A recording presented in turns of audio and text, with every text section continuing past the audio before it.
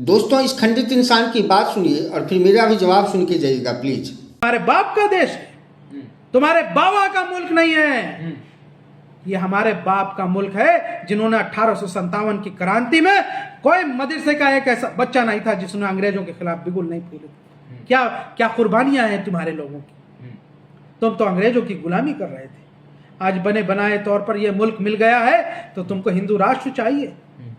लगा लो अपनी जितनी जोर, जितनी हिम्मत है। हम भी देखेंगे कि तुम यहां से तुम्हारी बात होगी या हमारी बात होगी। अरे तू महा बेशर्म टाइप का इंसान है बे।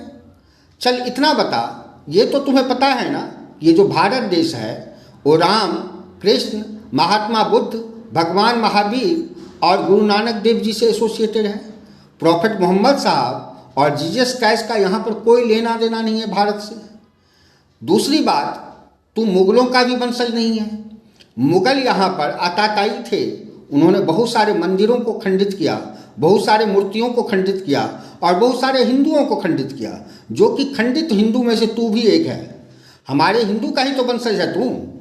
और मजबूरी में तुमने अपना आइडियोलॉजिकल बाप और साइकोलॉजिकल बाप चेंज कर लिया। अब तुमने आइडियोलॉजिकल बाप और साइकोलॉजिकल बाप चेंज कर लिया, फिर भी पुराने बाप ने तुम्हें तुम्हारा हिस्सा दिया या नहीं।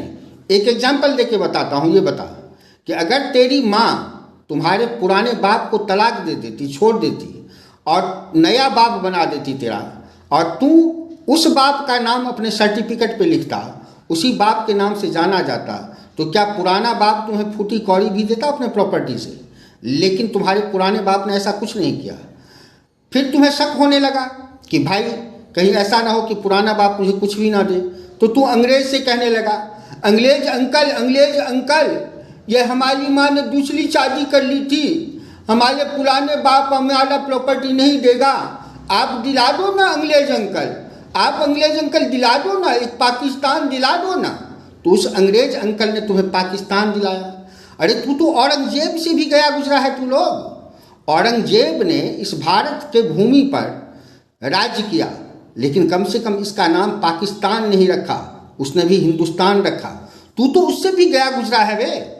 दूसरी बात, तूने कहा कि अंग्रेजों से तुम लोगों ने लोहा लिया था। अरे मैं इतिहास बताने लगूं तो तुम्हारी जिंदगी और मेरी जिंदगी निकल जाएगी।